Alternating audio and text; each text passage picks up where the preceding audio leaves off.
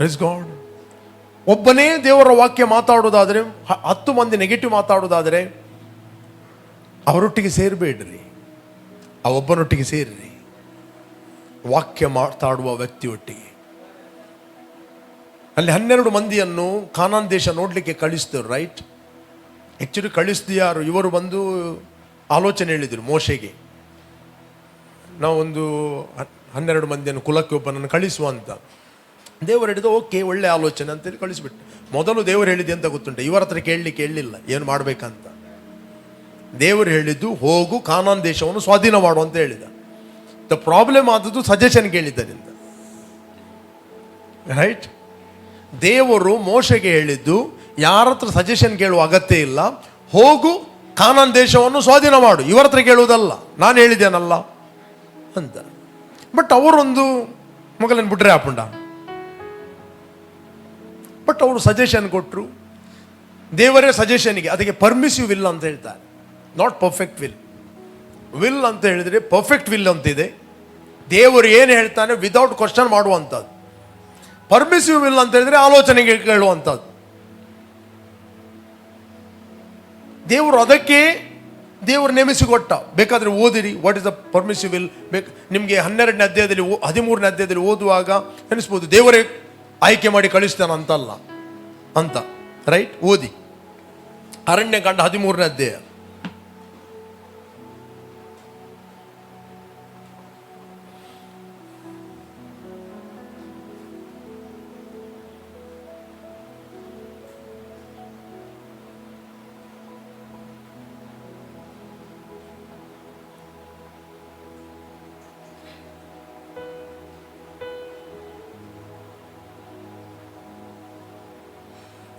ಓದಿ 13ನೇ ಅಧ್ಯಾಯ.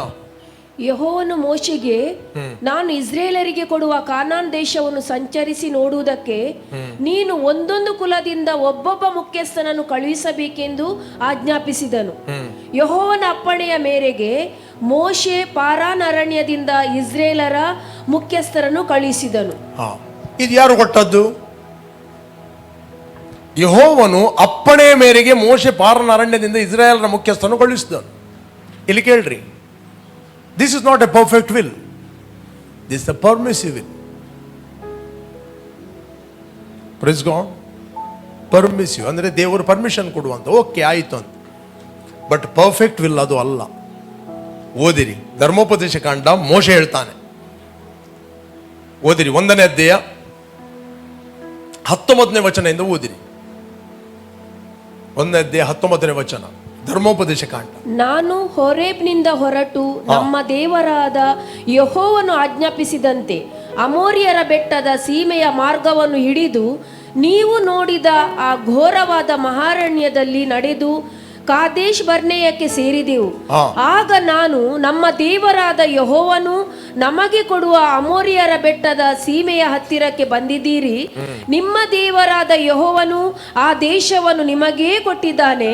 ನಿಮ್ಮ ಪಿತೃಗಳ ದೇವರಾದ ಯೆಹೋವನು ಹೇಳಿದಂತೆ ಅದನ್ನು ಹತ್ತಿ ಸ್ವಾಧೀನ ಮಾಡಿಕೊಳ್ಳಿರಿ. ಅದನ್ನು ಹತ್ತಿ ಸ್ವಾಧೀನ ಮಾಡಿಕೊಳ್ಳಿರಿ. ನೀವು ದಿಗಿಲು ಪಡದೆ ಧೈರ್ಯವಾಗಿಯೇ ಇರಬೇಕೆಂದು ಹೇಳಿದನು. ನಿಮ್ಗೆ ಹೇಳಿದೇನು? ದೇವರು ಹೇಳಿದ ಮಾತನ್ನು ಹೇಳಿದನು, ಅದನ್ನು ಸ್ವಾಧೀನ ಮಾಡ್ರಿ ಅಂತ ಹೇಳಿದೆನು.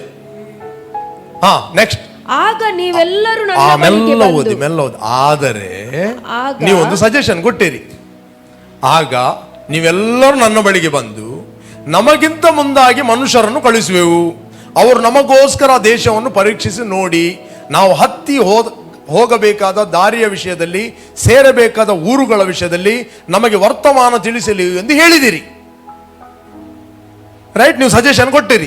ದೇವರು ಕೊಟ್ಟ ಸಜೆಷನ್ ಅಲ್ಲ ಇದು, ಇದು ಜನರು ಕೊಟ್ಟ ಸಜೆಷನ್. ರೈಟ್? ದೇವರೇನು ಹೇಳಿದ್ದು? ಹೋಗಿ ಸ್ವಾಧೀನ ಮಾಡ್ರಿ ಅಷ್ಟೇ. Okay, next. ಅದು ಒಳ್ಳೆ ಆಲೋಚನೆ ಎಂದು ನಾನು ತಿಳಿದುಕೊಂಡು, ಗುಡ್, ಅದು ಒಳ್ಳೆ ಆಲೋಚನೆ ಎಂದು ನಾನು ತಿಳಿದುಕೊಂಡು ನಿಮ್ಮಲ್ಲಿ ಕುಲಕ್ಕೆ ಒಬ್ಬೊಬ್ಬನ ಮೇರೆಗೆ 12 ಮಂದಿಯನ್ನು ಆರಿಸಿಕೊಂಡಿರು. ಓಕೆ, ಈಗ ದೇವರು ಇಲ್ಲಿ 13ನೇ ಅಧ್ಯಾಯದಲ್ಲಿ ಹೆಲ್ಪ್ ಮಾಡಿದ ಆ ಪರ್ಮಿಸಿವ್ ವಿಲ್ಲಿಗೆ. ಅದಕ್ಕೆ ಬೈಬಲ್ ಹೇಳುತ್ತೆ 3 ರೀತಿಯ ಚಿತ್ತ ಇದೆ: good, acceptable and perfect will of god. Praise God. ಒಳ್ಳೆಯ ಮತ್ತೆ ಅನುಮತಿಸುವ ಚಿತ್ತ ಮತ್ತೆ ದೋಷವಿಲ್ಲದ ಚಿತ್ತ, ಪರ್ಫೆಕ್ಟ್ ವಿಲ್ ಆಫ್ ಗಾಡ್. ಸಮ್ಮತಿಸುವ, ಅನುಮತಿಸುವ, ದೇವರ ಅನುಮತಿ ಕೊಡುವಂತ. ಇಸ್ರಾಯೇಲ್ಗೆ ಅರಸ ಬೇಕಂತ ದೇವರ ಚಿತ್ತ ಅಲ್ಲ, ಅವ್ರು ಬೇಕಂತ ಕೇಳಿದ್ರು, ಓಕೆ ಮಾಡು.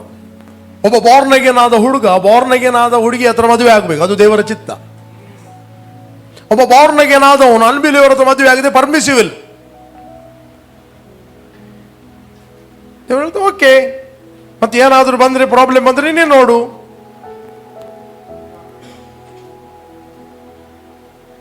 ಹಲೋ,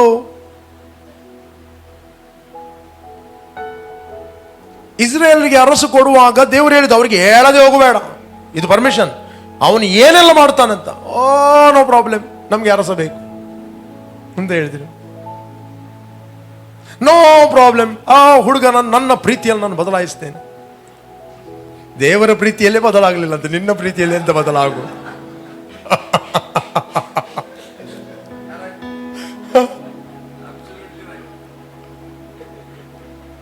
ಕಮಾನ್,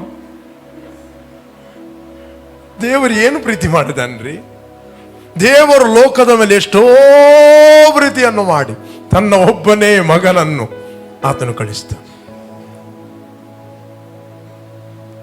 ಒಬ್ಬನೇ ಮಗನನ್ನು ಕಳಿಸ್ತಾನೆ. ಆತನು ಎಷ್ಟು ಪ್ರೀತಿ ಮಾಡಿದ. ಕೆಲವು ಉದಾಹರಣೆಗಳಿರ್ಬೋದು ಬದಲಾದದ್ದು, ಅದನ್ನು ನೋಡಿ ಎಲ್ಲದಕ್ಕೆ ಅಪ್ಲೈ ಮಾಡಬೇಡ್ರಿ. But this not a perfect will. ಇಸ್ರಾಯೇಲ್ಗೆ ಅರಸ ಬೇಕಾಗುವಂಥದ್ದು ಅದು ಪರ್ಫೆಕ್ಟ್ ವಿಲ್ ಅಲ್ಲ. ದೇವರು ಸಾಮ್ಯುಯೇಲನಿಗೆ ಹೇಳಿದ, ಅವರು ತಳ್ಳಿಬಿಟ್ಟದ್ದು ನಿನ್ನನ್ನಲ್ಲ, ನನ್ನನ್ನು ತಳ್ಳಿಬಿಟ್ಟಿದ್ದಾರೆ. ನನ್ನ ಅಧಿಕಾರವು ಬೇಡವಂದವರು ಅವರು ಹೇಳಿದ, ನೀನು ಯಾಕೆ ಕೂಗ್ತಿ? ಅವರು ಕೇಳಿದಂತೆ ಅರಸನ್ನು ಕೊಡು. ಪಾಸ್ಟರ್ ಹತ್ರ ಬಂದ್ರೆ, ಪಾಸ್ಟರ್ ನಾವೇನು ಮಾಡ್ಲಿಕ್ಕೆ ಆಗ್ತದೆ?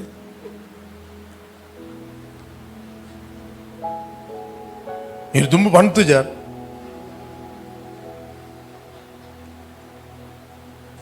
ನೀವು ನೋಡುವುದು, ನೀವು ಆಗುವುದು. ನಮ್ಮನ್ನು ಮಧ್ಯದಲ್ಲಿ ಹಾಕಬೇಡ್ರಿ. Praise God. ದೇವರೇ ಕೂಡ ನಿಮ್ಮನ್ನು ಕಂಟ್ರೋಲ್ ಮಾಡುವುದಿಲ್ಲ ಅಂತೆ. ಅದಕ್ಕೆ ಅಪೊಸ್ತಲ ಪೌಲ ಹೇಳ್ತಿ, ಎಲ್ಲವನ್ನು ಮಾಡಲು ನನಗೆ ಸ್ವಾತಂತ್ರ್ಯ ಇದೆ, ಆದರೆ ಎಲ್ಲವೂ ವಿಹಿತವಾಗಿರುವುದಿಲ್ಲ. ಆಹಾರವು ದೇಹಕ್ಕಾಗಿಯೂ ಭೋಜನ ಪದಾರ್ಥಗಳು ದೇಹಕ್ಕಾಗಿಯೂ ದೇಹವು ಭೋಜನ ಪದಾರ್ಥಕ್ಕಾಗಿ ಎಂದು ಬರೆಯಲ್ಪಟ್ಟಿದೆ. ದೇವರು ಎರಡನ್ನೂ ನಾಶ ಮಾಡುವನು. ದೇಹವು ಕರ್ತನಿಗೋಸ್ಕರ ಇರುವುದು, ಕರ್ತನು ದೇಹಗೋಸ್ಕರ ಇರುವನು. ದೇಹವು ಆದರಗೋಸ್ಕರ ಇರುವಂಥದ್ದಲ್ಲ. ಈ ದೇಹ ಇರುವಂಥದ್ದು ಯಾರಿಗೋಸ್ಕರ? ಕರ್ತನಿಗೋಸ್ಕರ ಇರುವಂಥದ್ದು. ಕರ್ತನು ದೇಹಗೋಸ್ಕರ ಇರುವ ಆತನು. ದೇಹವು ವ್ಯಭಿಚಾರಕ್ಕೆ ಆಧಾರಗೋಸ್ಕರ ಇರುವಂಥದ್ದಲ್ಲ. Be careful. ಮಾರ್ನಿಂಗ್ ಈ ವಿಷಯ ಬರ್ತಾ ಇದೆ. ಹಲ್ಲೆಲೂಯಾ. ಅದಕ್ಕೋಸ್ಕರ ಇರುವಂಥದ್ದಲ್ಲ. ಈ ದೇಹ ಕರ್ತನಿಗೋಸ್ಕರ ಇರುವಂಥದ್ದು. Be careful. You open the door to the demons. ದುರಾತ್ಮಗಳಿಗೆ ನೀವು ಡೋರ್ ಓಪನ್ ಮಾಡುತ್ತೀರಿ. ಆ ದುರಾತ್ಮಗಳು ನಿಮ್ಮ ಜೀವಿತವನ್ನು ಪೀಡಿಸ್ತವೆ. ಪೀಡಿಸಿ depression, tension, worry, rejection, pain. ಕಡೆಗೆ ನಿನ್ನ ದೇಹವೆಲ್ಲ ಕ್ಷೀಣ ಆಗುತ್ತದೆ. ಮಸ್ಟ್ ನೀನು ಕಡೆಗೆ ಹೇಳ್ತೀಯಂತೆ, ನನ್ನ ಬೋಧಕರ ಮಾತನ್ನು ಎಷ್ಟು ನಾನು ತಿರಸ್ಕರಿಸಿದೆ, ಎಷ್ಟು ನಾನು ಹಾಗೆ ಮಾಡಿದೆ, ಕೇಳದೆ ಹೋದೇನಲ್ಲ. 50 ಓದಿರಿ. 5ನೇ ಅಧ್ಯಾಯ 8ನೇ ವಚನ, ಜಾನೋಕ್ತಿ. ಓಕೆ, 12ರಲ್ಲಿ ಓದಿರಿ. ಅಯ್ಯೋ, ನಾನು ಸದುಪದೇಶವನ್ನು ಎಷ್ಟು ದ್ವೇಷಿಸಿದೆ. ಓದಿ, ನೀವೇ ಓದಿ. ನೀವಲ್ಲ, ನಿಮಗೋಸ್ಕರ ಓದಿ ಕಂಟಿನ್ಯೂ ಆಗಿ. ಅಯ್ಯೋ ಹೇಳ್ರಿ, ಅಯ್ಯೋ. ಕೆಲವರು ಹೇಳ್ತಾರೆ ನೋಡಿ, ಏನೋ ಕಷ್ಟ ಬರುವಾಗ ಅಯ್ಯೋ. ಇಲ್ಲಿ ಬರೆಯಲ್ಪಟ್ಟಿದೆ, ಅಯ್ಯೋ ನಾನು ಸದುಪದೇಶವನ್ನು ಎಷ್ಟು ದ್ವೇಷಿಸಿದೆ, ನನ್ನ ಹೃದಯ ಬುದ್ಧಿವಾದವನ್ನು ಎಷ್ಟು ತಾತ್ಸಾರ ಮಾಡಿತ್ತು. ಪಾತಿರೊಂದು ಪಡ್ ನಮ್ಮ ಮಲ್ತೊಂದು ಉಪ್ಪು ರೈಟ್ ಯಾರ ಪಂಡು ಕೊಡ್ತಾರಾ ಅಂದು ಒಂದು ಕಡೆಯಲ್ಲಿ ದೇವರು ಮಾತಾಡುತ್ತಾನೆ, ಇನ್ನೊಂದು ಕಡೆ ಸೈತಾನ ಮಾತಾಡುತ್ತಾನೆ. ಯಾರೋ ಹೇಳಿಕೊಟ್ಟಿದ್ದಾನೆ, ಯಾರು ಹೇಳುವುದು? But God is speaking to you, God loves you. ನಾನು ಎವ್ರಿ ಟೈಮ್ ಪ್ರೀಚ್ ಮಾಡುವಾಗ ನಾನು ನನಗೆ ಬೋಧಿಸ್ತೇನೆ. Praise god. ಪ್ರತಿಯೊಂದು ವಾಕ್ಯವನ್ನು ನಾನು ಫುಲ್ ಫಿಟ್ಟಲ್ಲಿ ಬೋಧಿಸುವಾಗ ಫಸ್ಟ್ ನಾನು ನನಗೆ ಬೋಧಿಸು. ರೈಟ್. ನನ್ನ ಬೋಧಕರ ಮಾತನ್ನು ಕೇಳದೆ ಹೋದೆನಲ್ಲ, ನನ್ನ ಉಪದೇಶಕರ ಕಡೆಗೆ ಕಿವಿಗೊಡಲಿಲ್ಲವಲ್ಲ. Every day online ಪಾತ್ರನಿತ್ತೇನೆ.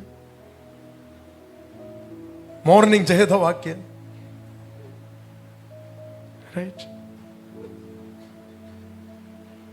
ನನ್ನ ಬೋಧಕರ ಮಾತನ್ನು ನಾನು ಮಹಾಜನ ಸಭೆಯ ನಡುವೆ ಎಲ್ಲ ಕೇಡಿಗೆ ಸಿಕ್ಕಿಕೊಳ್ಳುವ ಹಾಗೆ ಆದೇನು ಎಂದು ಅಂದುಕೊಳ್ಳುವಿ. ನೆಕ್ಸ್ಟ್, ಸ್ವಂತ ಕೊಳದ ನೀರನ್ನು ಸ್ವಂತ ಬಾವಿಯಲ್ಲಿ ಉಕ್ಕುವ ಜಲವನ್ನು ಮಾತ್ರ ಕುಡಿ.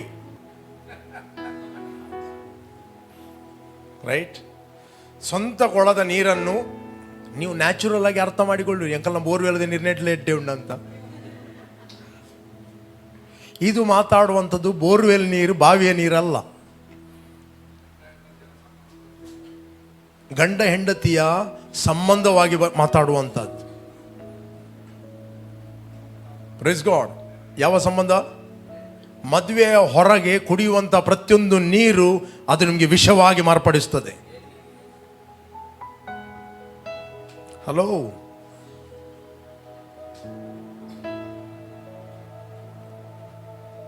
ಆದ್ದರಿಂದ ನಾನು ನಿಮ್ಗೆ ಎನ್ಕರೇಜ್ ಮಾಡ್ತೇನೆ, ದೇವರು ನಿಮಗೋಸ್ಕರ ದೊಡ್ಡ ಉದ್ದೇಶ ಇಟ್ಟಿದ್ದಾನೆ. ಒಂದು ವೇಳೆ ನೀವು ದೇವರ ವಾಕ್ಯ ಹಿಡಿದು ನೀವು ನಡೆಯುವುದಂತ ಹೇಳಿದರೆ ನೀವು ಜೀವದ ಮಾರ್ಗದಲ್ಲಿ ನಡೆಯುವುದು. ನಮಗೆ ಪ್ರತಿಯೊಂದಕ್ಕೆ ಒಂದು ಲಿಮಿಟೇಷನ್ ಇದೆ. ಸ್ವಾತಂತ್ರ್ಯ ನಾವು. ರೈಟ್. ಒಂದು ಸಮುದ್ರಕ್ಕೆ ಒಂದು ದಡ ಇದೆ. ರೈಟ್. ಸಮುದ್ರಕ್ಕೆ ಒಂದು ಏನಿದೆ?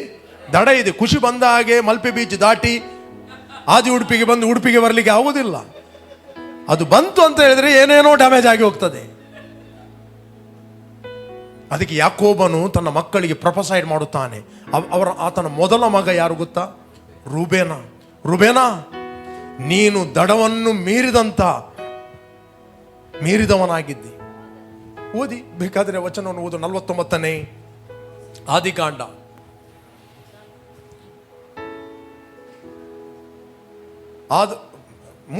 ಮೂರರಲ್ಲಿ ಓದಿರಿ. ರೂಬೇನನೇ, ನೀನು ನನ್ನ ಚೊಚ್ಚಲ ಮಗನು, ನನ್ನ ಚೈತನ್ಯ ಸ್ವರೂಪನು, ನನ್ನ ವೀರ್ಯಕ್ಕೆ ಪ್ರಥಮ ಫಲವು, ಗೌರವದಲ್ಲಿಯೂ ಅಧಿಕಾರದಲ್ಲಿಯೂ ಪ್ರಮುಖನಾಗಿದ್ದಿ. ಆದರೂ ದಡವನ್ನು ಮೀರಿದ ಪ್ರವಾಹದಂತಿರುವ ನೀನು ಇನ್ನು ಪ್ರಮುಖನ ಸ್ಥಾನದಲ್ಲಿ ಇರುವುದಿಲ್ಲ. ನಿನ್ನ ತಂದೆಯ ಹಾಸಿಗೆಯನ್ನು ಹತ್ತಿ ಅದನ್ನು ಹೊಲೆ ಮಾಡಿದೆಯಲ್ಲ. ಇವನು ನನ್ನ ಮಂಚವನ್ನು ಹತ್ತಿದನು. ಅಂದರೆ ಆತನ ಉಪಪತ್ನಿ ಒಟ್ಟಿಗೆ ಆತನು ಸೇರಿದ. ತಂದೆಯ ಅದಕ್ಕೆ ತಂದೆ ಹೇಳ್ತಾನೆ, ಆದರೂ ದಡವನ್ನು ಮೀರಿದ ಪ್ರವಾಹದಂತಿರುವ ನೀನು ಇನ್ನು ಪ್ರಮುಖನ ಸ್ಥಾನದಲ್ಲಿ ಇರುವುದಿಲ್ಲ. ನಿನ್ನ ತಂದೆ ಹಾಸಿಗೆಯನ್ನು ಹತ್ತಿ ಅದನ್ನು ಹೊಲೆ ಮಾಡಿದೆಯಲ್ಲ. ಇವನು ನನ್ನ ಮಂಚವನ್ನು ಹತ್ತಿದನು. ಅಂದರೆ ಪ್ರಥಮ ಸ್ಥಾನ ಅವನ ಜೀವಿತದಲ್ಲಿ ಹೋಯಿತು. ನಿಮ್ಗೆ ಗೊತ್ತಾ, ನೀವು ಬಾರ್ನ್ ಅಗೇನ್ ಆದವರು, you are the first and best fruit in the sight of God. You are the best and you are the first. ಕ್ರಿಸ್ತನಲ್ಲಿ ದೇವರು ನಿಮಗೆ ಪ್ರಮುಖನ ಸ್ಥಾನವನ್ನು ಕೊಟ್ಟಿದ್ದಾನೆ. ಬೈಬಲ್ ಹೇಳ್ತದೆ, ಅನ್ಯ ಜನರಾಗೆ ಕಾಮಾಭಿಲಾಷೆಗೆ ಹೋಗಬೇಡ್ರಿ. ದೇವರನ್ನು ಅರಿಯದಂತ ಅನ್ಯ ಜನರಾಗೆ ಕಾಮ ಅಭಿಲಾಷೆಗಳಿಗೆ ಹೋಗಬೇಡ್ರಿ. Walk in holiness. Walk in holiness. ನೀವು ಜೀವದಲ್ಲಿ ನಡೆಯುತ್ತೀರಿ, ಇಲ್ಲಾಂದ್ರೆ ಮರಣ ಮಾರ್ಗದಲ್ಲಿ ನಡೆಯುತ್ತೀರಿ. ನಿಮ್ಮ ದೇಹ ನಿಮಗೆ ತುಂಬ ಎಳೆಯಬಹುದು. ಅಪೊಸ್ತಲ ಪೌಲ ಹೇಳ್ತಾನೆ, ಎಲ್ಲವನ್ನು ಮಾಡಲು ನನಗೆ ಸ್ವಾತಂತ್ರ್ಯ ಇದೆ, ಆದರೆ ಎಲ್ಲವೂ ನನಗೆ ವಿಹಿತವಾಗಿರುವುದಿಲ್ಲ. Walk in holiness. ಇಲ್ಲ ಅಂತ ಹೇಳಿದ್ರೆ ನೀವೆಷ್ಟೇ ಪ್ರಾರ್ಥನೆ ಮಾಡಿರಿ, ನಿಮಗೆ ಪ್ರಾರ್ಥನೆ ಮಾಡಲಿಕ್ಕೆ ಆಗೋದಿಲ್ಲ. ನೀವು ವಾಕ್ಯ ಕೇಳ್ತೀರಿ, ವಾಕ್ಯ ಕಿರಿಕಿರಿಯಾಗಿ ಕೇಳ್ತದೆ, ಏಕಾಗ್ರತೆ ಬರುವುದಿಲ್ಲ. ನಿಮ್ಮ ಮೈಂಡ್ ಸ್ಕ್ರೀನಲ್ಲಿ ಏನೇನೋ ಓಡ್ತದೆ. ಮೊಬೈಲ್ ನೋಡಿದರೆ ಇವತ್ತು ಇದೆ ಫೋನೋಗ್ರಫಿ, ಬೇಡವಾದ ಸಂಗತಿಗಳು. ಅದರಲ್ಲಿ ಇದೆಲ್ಲವನ್ನು ನೋಡಬೇಡ್ರಿ. ನಿಮ್ಮ ಜೀವಿತಕ್ಕೆ ಒಂದು ಮೇರೆಯನ್ನು ಹಾಕಿರಿ. ಸ್ವಾತಂತ್ರ್ಯ ಅಂತ ಊರೆಲ್ಲ ನಮ್ದೇ, ರೋಡೆಲ್ಲ ನಮ್ದೇ ಅಂತ ಓಡಬೇಡ್ರಿ. ದೇವರು ನಮಗೆ ವಾಕ್ಯವನ್ನು ಕೊಟ್ಟಿದ್ದಾನೆ ಜೀವಿಸಲಿಕ್ಕೆ. It's a life. ದೇವರು ನಿಮಗೆ ಪರ್ಫೆಕ್ಟ್ ವಿಲ್ ಇಟ್ಟಿದ್ದಾನೆ, ಉನ್ನತವಾದ ಉದ್ದೇಶವನ್ನು ಇಟ್ಟಿದ್ದಾನೆ. ಒಂದು ವೇಳೆ ನೀವು ದೇವರ ಹತ್ರ ಎವ್ರಿ ಡೇ ಪ್ರಾರ್ಥನೆ ಮಾಡಿದ್ರೆ, ದೇವರು ನೀನು ಏನು ಹೇಳ್ತೀಯ ಅದನ್ನು ನಾನು ಮಾಡ್ತೇನೆ, ನೀನು ಎಲ್ಲಿ ಹೋಗಲು ಹೇಳ್ತಾ ನಾನು ಹೋಗ್ತೇನೆ. ಕಾನ್ಸಕ್ರೇಷನ್ ಪ್ರೇಯರ್ ಅನ್ನು ಯಾವಾಗಲೂ ಮಾಡ್ರಿ, ಈ ಪ್ರಾರ್ಥನೆಯನ್ನು ಮಾಡ್ರಿ. ಆಗ ದೇವರು ನಿಮ್ಮನ್ನು ಸರಿಯಾದ ಮಾರ್ಗದಲ್ಲಿ ನಡೆಸ್ತಾನೆ. ಸರಿಯಾದ ವ್ಯಕ್ತಿಗಳು ಸರಿಯಾದ ಸಮಯದಲ್ಲಿ ಸರಿಯಾದ ಉದ್ದೇಶಕ್ಕೆ ನಿಮಗೆ ಕನೆಕ್ಟ್ ಆಗುತ್ತಾರೆ. ಮೇ ಬಿ ನ್ಯಾಚುರಲ್ ಅವರು ಸರಿಯಾಗಿ ಕಾಣಲಿಕ್ಕಿಲ್ಲ ನಿಮಗೆ, but God will bring right people in the right time, the right purpose in your life. Then you will enjoy presence of God. ನೀವು ದೇವರ ಸನ್ನಿಧಿಯಲ್ಲಿ ಆನಂದ ಪಡುತ್ತೀರಿ, ಆತನಲ್ಲಿ ನೀವು ಹರ್ಷಿಸುವಿರಿ, ಆತನಲ್ಲಿ ನೀವು ಆನಂದ ಧ್ವನಿ ಮಾಡುತ್ತೀರಿ, ಆತನಲ್ಲಿ ನೀವು ಆನಂದ ಧ್ವನಿಯನ್ನು ಎತ್ತುವಿರಿ. Praise god. ಸಭೆಗೆ ಬರುವಾಗ ಕಿರಿಕಿರಿ ಆಗುವುದಿಲ್ಲ, ಕುಟುಂಬವಾಗಿ ನೀವು ಸಂತೋಷದಿಂದ ಬರುತ್ತೀರಿ. ಸಂತೋಷದಿಂದ ಬರುತ್ತೀರಿ, ಸಂತೋಷದಿಂದ ಹೋಗ್ತೀರಿ. Praise God. ಹಲ್ಲೆಲೂಯಾ. ದೇವರು ನಿಮ್ಮನ್ನು ಸಮಾಧಾನದಲ್ಲಿ ಇರಬೇಕೆಂದು ಕರೆದಿದ್ದಾನೆ, ನೀವು ಸಂತೋಷದಲ್ಲಿ ಇರಬೇಕೆಂದು ಕರೆದಿದ್ದಾನೆ, ಆರೋಗ್ಯದಲ್ಲಿ ಇರಬೇಕೆಂದು ಕರೆದಿದ್ದಾನೆ. ಆಗ ನಿಮ್ಮ ಒಳಗೆ ವಾಸಿಸುವ ಪವಿತ್ರಾತ್ಮನು ದೇವರು ಎದ್ದು ಹೊರಡುವಾಗ ಎಲ್ಲ ಪಾಪದ ಆಲೋಚನೆಗಳು, ಡಿಪ್ರೆಷನ್ಗಳು, ವರಿಗಳು, ಒತ್ತಡಗಳು, ಲೋನ್ಲಿನೆಸ್ಗಳು ಚದುರಿ ಹೋಗುತ್ತವೆ. ಹಳೆ ಒಡಂಬಡಿಕೆಯಲ್ಲಿ ಆತನು ಮಂಜೂಷದಲ್ಲಿ ವಾಸ ಮಾಡ್ತಾ ಇದ್ದ, ರೈಟ್?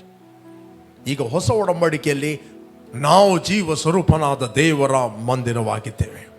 Praise god. ಯೆಹೋವನು ಎದ್ದು, ದೇವರು ಎದ್ದು ಹೊರಡುವಾಗ ಎಲ್ಲಿಂದ ಏಳುವುದು? ಅವನು ನಿಮ್ಮ ಒಳಗಿಂದ ಏಳುವ ಆತನು, ನಿಮ್ಮ ಆತ್ಮದ ಒಳಗಿಂದ ಏಳುವ ಆತನು.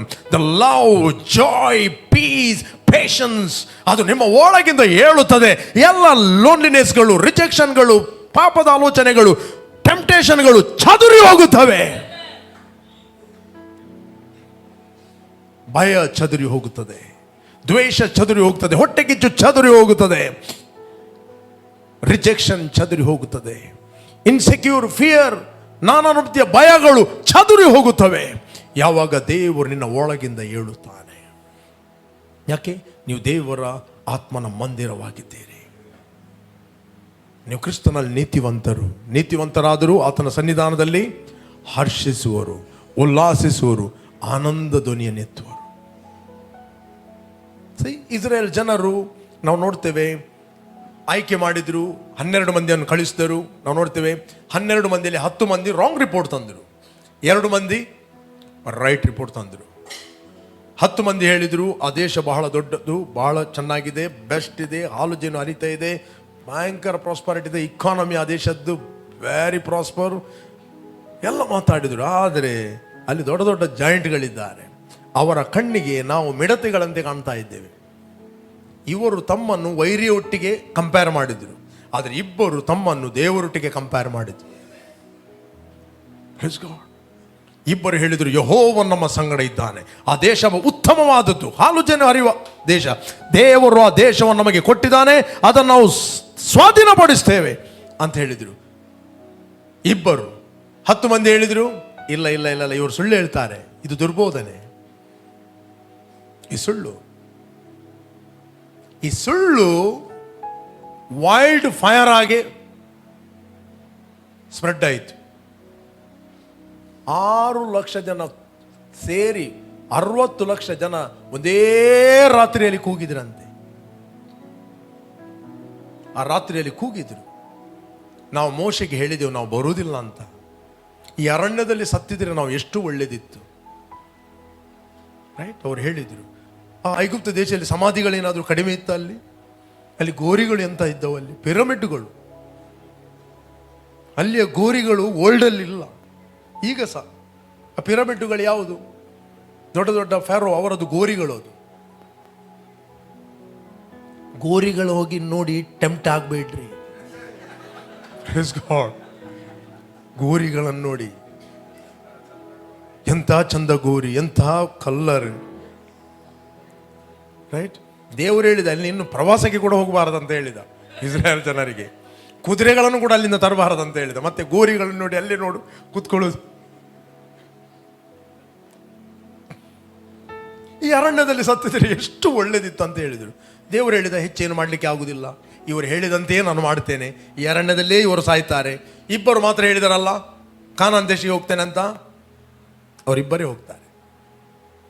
ಇವತ್ತು ನೀವು ಏನಾಗಿದ್ದೀರಿ ನಿನ್ನೆ ಮಾತಾಡಿದ್ದು, ನಾಳೆ ಏನಾಗಬೇಕು ಇವತ್ತು ರೈಟ್ ಆಗಿ ಮಾತಾಡ್ರಿ ಅಷ್ಟೇ.